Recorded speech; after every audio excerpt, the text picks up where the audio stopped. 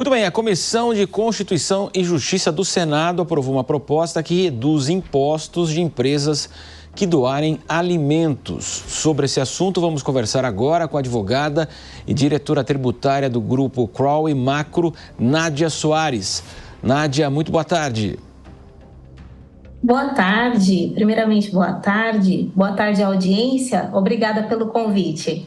Obrigado a sua presença aqui. Eu queria entender como é que funcionaria, então, essa doação, quem é que fiscalizaria tudo isso, como que poderá essa proposta, claro, deve passar ainda pelo plenário do Senado, Câmara, mas como é que trata esse assunto?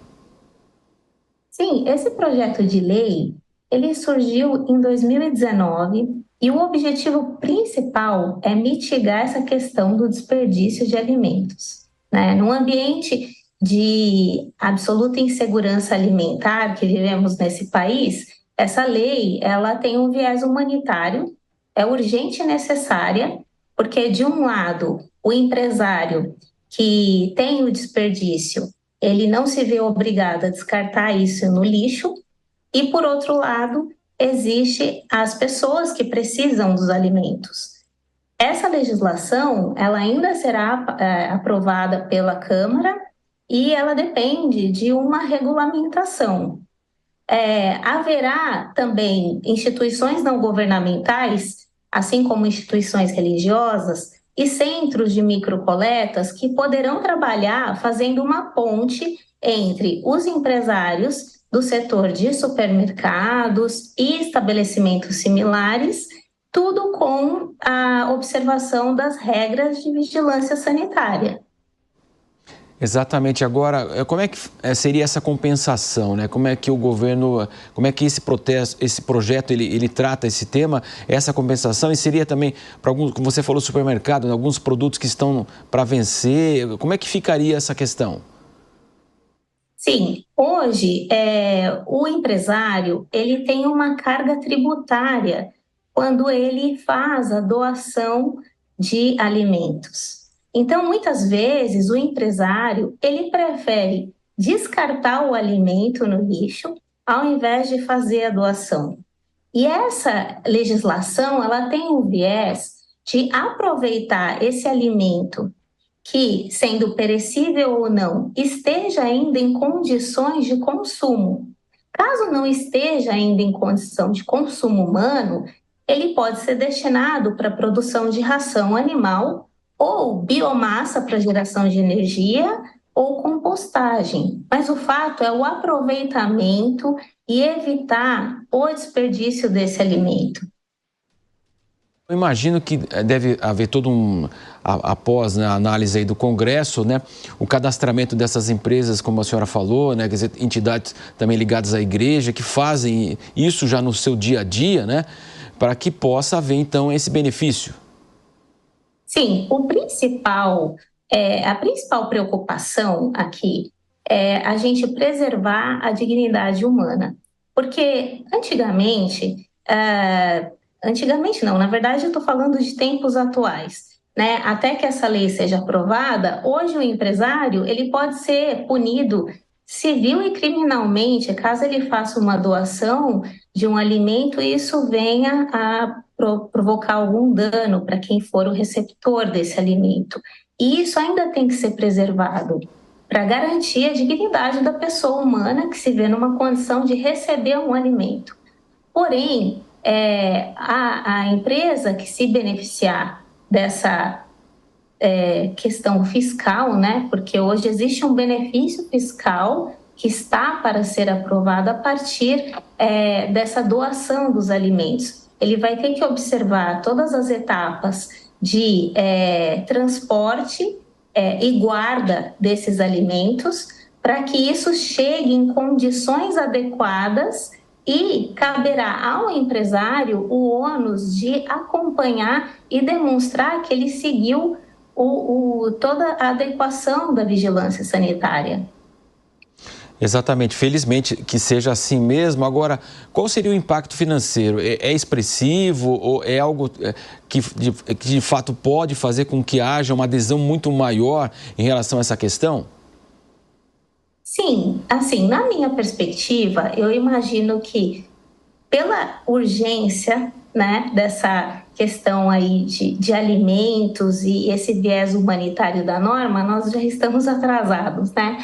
Porém, poderia ser até melhor caso esse benefício fiscal abrangesse também não só as empresas do lucro real, mas também as empresas que optaram por outro regime de tributação, porque dessa forma todas as empresas se veriam incentivadas a promover a doação dos alimentos.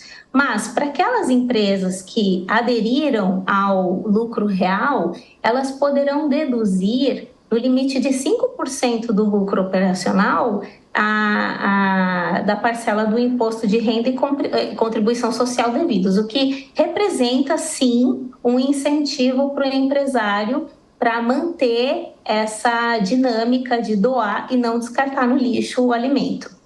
Exatamente, né? Aqui em São Paulo se fala... Há estudos na prefeitura, na casa de 30, 35 mil pessoas nas ruas. Há outros estudos que falam em 70 até 80 mil. De fato, a gente caminhando por São Paulo, é impossível você não observar realmente as pessoas numa situação muito degradante. A gente, como a senhora colocou, né? Essa questão alimentar é fundamental. Pós-pandemia, tudo isso veio à tona com mais força durante a pandemia também.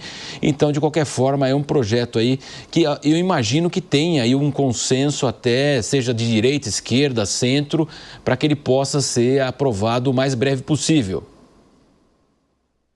Sim, sim, nós aguardamos que seja breve e que isso se expanda também para que o poder público, os entes estatais também criem políticas que incentivem as empresas com benefícios fiscais estaduais. Isso seria um ponto ótimo, porque o empresário ele teria benefício dos dois lados, tanto para o Estado quanto para a federação.